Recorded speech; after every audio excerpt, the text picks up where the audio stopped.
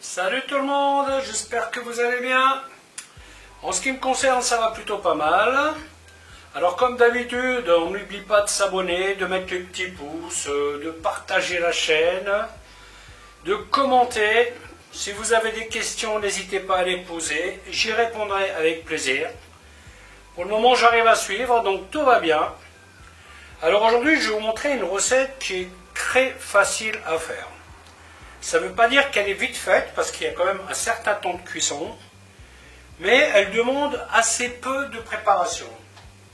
C'est du sauté de veau. Je vais faire un sauté de veau à la crème champignon. Donc pour ce faire, il faut du veau. Là j'ai eu l'opportunité, j'ai trouvé du veau à moins 30%. Alors c'est des morceaux à blanquette, mais moi ça me convient bien. Hein. Si vous voulez de la viande maigre, vous trouvez de l'émincé de veau qui est plus maigre. Mais moi la viande à blanquette, elle me convient très bien. Le fait qu'il y ait un petit peu de graisse, ça va donner une bonne sauce. Et ça va donner aussi une viande qui est beaucoup plus tendre que le maigre de veau ou de n'importe quelle viande d'ailleurs. Donc bien entendu il faut des champignons. Alors là aussi je suis agréablement surpris. Samedi j'ai fait des courses à grands frais et j'ai acheté ce truc là sans conviction en me disant bon hop. Et en fait ils sont restés encore nickel quoi, depuis 3 jours. Non attends ça dit dimanche. Ouais 2 jours et des brouettes quoi, presque 3 jours. Ils sont encore très bien, donc je suis assez satisfait de ça. Et je pense que je vais en racheter, hein, parce que, en fait, ces champignons-là, ils étaient en promo, pareil. Ils étaient au même prix que les 500 grammes que vous achetez entiers, où il faut enlever la terre du pied. Donc là, je trouve que c'est plutôt pas mal. Ils sont coupés un peu gros, mais c'est pas gênant pour une sauce. Hein, donc ça va plutôt bien, quoi. Et donc, pour faire la sauce, j'ai donc de l'oignon. J'ai un petit mélange de carottes et de céleri en branches que j'ai coupé en petits cubes, que j'avais mis au congèle et le moment est venu de m'en servir. Du vin blanc, de la crème, de l'ail. En termes d'aromates, j'ai clou de girofle, laurier, poivre, herbes de Provence. Et je vais mettre un petit bouillon de volaille, hein, parce que les viandes, elles n'ont pas un super goût de ouf. Hein, donc je préfère faire un peu de la sauce qui a du goût. D'autant plus que je vais faire un petit peu plus de sauce. Hein. Quand je fais ce genre de plat, je fais toujours plus de sauce. Parce que s'il vous en reste, c'est très facile de l'utiliser pour faire autre chose. Hein. Donc ça, j'ai pris l'habitude de faire ça il y a bien longtemps. Et donc, moi, ce que j'ai fait, donc là, je vais partir grosso modo sur 1 litre de liquide. Et je vais mettre la farine en début de cuisson. Donc, si vous voulez faire une sauce onctueuse, à la base, vous faites 80 g de farine au litre de liquide. Vous voyez, si par exemple vous faites un roux, vous faites fondre 80 g de beurre, vous y mettez 80 g de farine et vous faites cuire quelques minutes, et vous rajoutez 1 litre de liquide là-dedans. Et ça va vous donner une sauce onctueuse, pas trop liquide, pas trop épaisse. Ici, j'en ai mis un petit peu moins, hein, j'ai mis 60 g et des brouettes, parce que je vais aussi mettre de la crème. Et si jamais c'est pas assez épais, je vais faire réduire ma sauce. Alors si vous avez un doute, moi je vous conseille plutôt de mettre un petit peu plus de farine que de ne pas en mettre assez, parce que en fin de cuisson, si vous constatez qu'elle est trop épaisse, c'est facile de rajouter un peu de crème ou un peu de vin ou un peu d'eau. Mais si par contre votre sauce est trop liquide, vous serez obligé de faire un blanc, vous voyez, c'est un peu... et après, il faut encore le cuire. Voilà, donc, comme dit, c'est une sauce qui s'utilise très facilement pour autre chose. Hein, si ce n'est que manger avec des pâtes, vous mettez des fruits de mer là-dedans et ça y est. Donc, moi, je vous conseille de fonctionner comme ça et ça va bien le faire. Bon, ok, écoutez, je ne pense pas avoir oublié quelque chose. Donc, je vais vous montrer comment faire tout ça. A tout de suite. Donc la première des opérations, mettre de l'huile dans une casserole. Hein.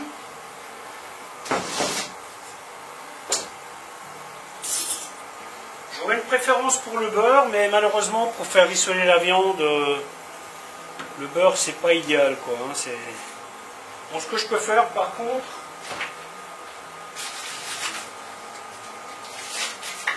c'est y mettre une petite noix. Parce que ça donne quand même un goût sympa. Hein, ça... Donc c'est ce que je vais faire. Donc bien entendu on chauffe bien la poêle, ou la casserole comme vous voulez. Donc avec le beurre, on attend que ça change un peu de couleur. Hein. Beurre noisette, comme d'habitude. Et donc maintenant, on va faire rissoler la viande. Là, on parle grosso modo sur 40 minutes de cuisson. Hein.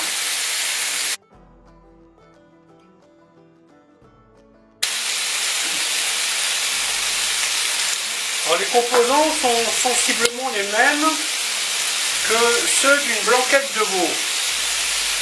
Mais attention, une blanquette de veau, la viande n'est pas rissolée. Démarrage à eau froide. Et c'est très important quand on appelle un plat une blanquette. Vous ne pouvez pas dire j'ai fait une blanquette de veau mais j'ai fait rissoler la viande. Non. À partir du moment où vous faites rissoler la viande, l'appellation blanquette n'est plus juste. Hein.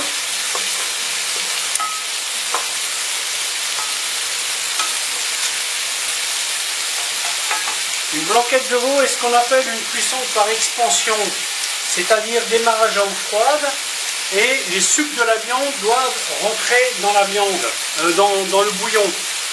Et il y a un mélange qui se fait entre le bouillon où vous avez mis les légumes et tout ça, et la viande, et ainsi de suite. Ici, nous sommes sur ce qu'on appelle une cuisson mixte, c'est-à-dire d'abord il y a un rissolage qui va faire une croûte autour de votre viande pour garder un maximum de saveur dans votre viande, et après on va y rajouter du liquide où le goût il va commencer à sortir, et c'est comme ça que vous faites une sauce différente. C'est pour ça, ne confondez jamais blanquette de veau et sauté de veau. Ce sont deux choses complètement différentes et qui n'ont absolument pas le même goût. Hein. Ça se voit très souvent ça, des gens qui mettent des vidéos où j'ai fait une blanquette mais j'ai fait rissoler la viande. Eh ben non, c'est plus une blanquette.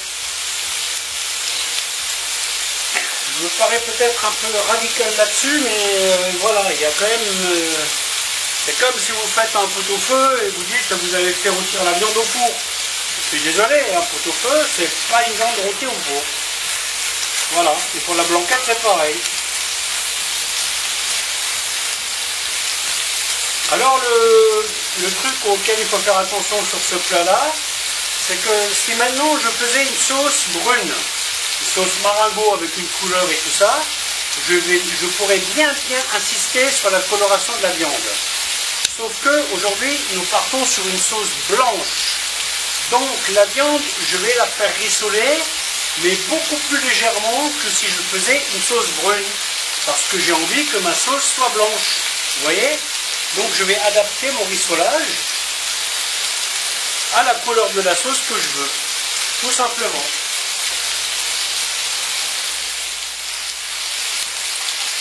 Donc là maintenant je rajoute l'oignon.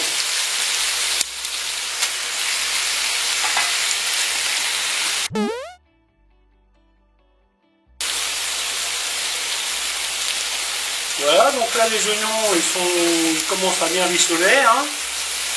Il n'y a plus d'eau dans la casserole, l'évaporation s'est faite.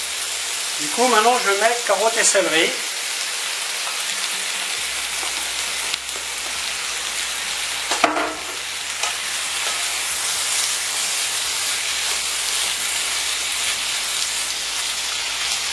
Alors, bien entendu, si vous n'aimez pas un des composants, ben, vous ne le mettez pas. Hein.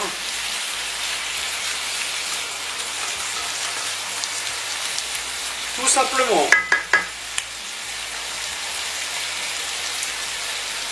Donc là, je vais mettre les aromates. Laurier, clou de girofle, herbe de Provence, poivre. Le petit bouillon, il va rester là pour après. La farine aussi. Le sel, je vais le ranger pour le moment. Je rectifierai l'assaisonnement à la fin. Voilà, ensuite, on y met les champignons. Ensuite, la farine. Donc là, on va enchaîner plus ou moins. Hein. Vu que c'est une sauce blanche, la farine, on ne va pas la colorer. On va la faire revenir un peu, on va enrober la viande. Voilà, tranquillement. Hein. Une fois que ça c'est fait, on rajoute le vin.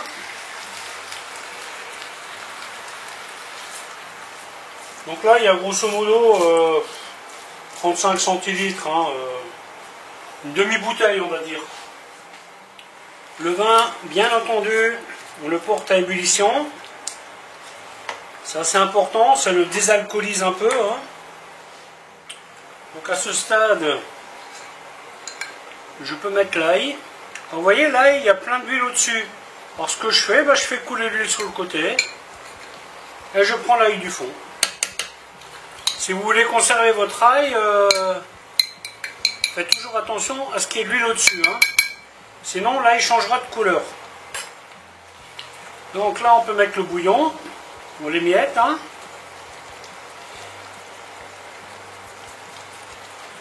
Ensuite, on met l'eau. Voilà. Donc là, grosso modo, vous avez 1 litre de liquide dans la casserole. Donc ça va réduire. Hein. Et là, ce que je vais faire, je vais cuire une demi-heure. Et c'est seulement après que je rajouterai la crème.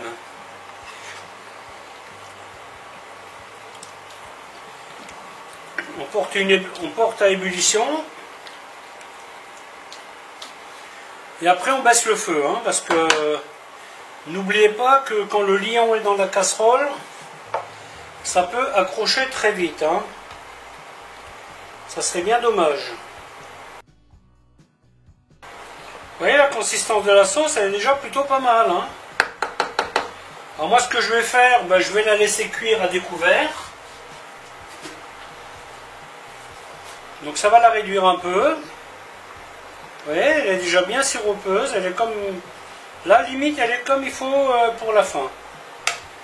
Donc du coup, une fois que ça, il y aura une belle ébullition, je vais baisser mon feu.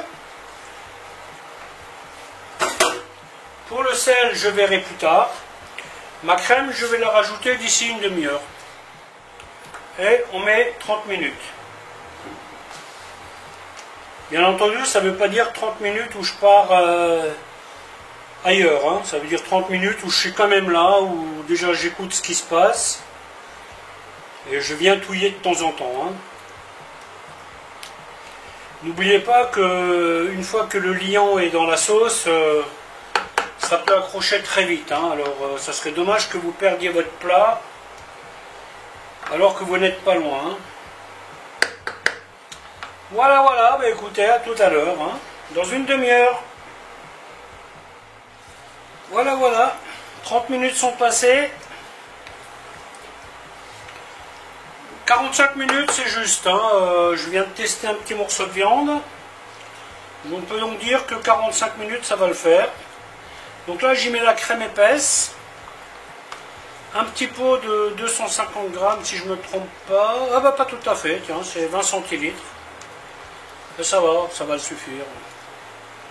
Et si jamais ça ne suffisait pas, j'en rajouterai de l'autre, et puis voilà.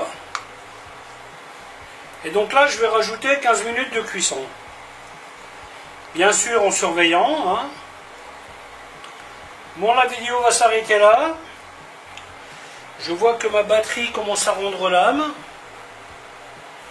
Donc là, il ne me reste pas grand chose à filmer. Hormis la fin de cuisson, donc voilà, on va arrêter là. Hein. On va s'assurer que l'assaisonnement est correct. Il est parfait. Ah, il n'y a pas à dire, l'autosatisfaction c'est pas mal. Hein. À défaut d'avoir des gens qui vous congratulent, si vous le faites vous-même, c'est pas mal aussi. Hein. Ok, donc là je pars, comme dit, sur 20 minutes de cuisson. Et après je vais procéder au dressage. Hein. Voilà, voilà, la vidéo va se terminer ici. Les photos vont suivre, bien entendu, comme d'habitude. En espérant que cette vidéo vous aura plu. À la prochaine, bye bye.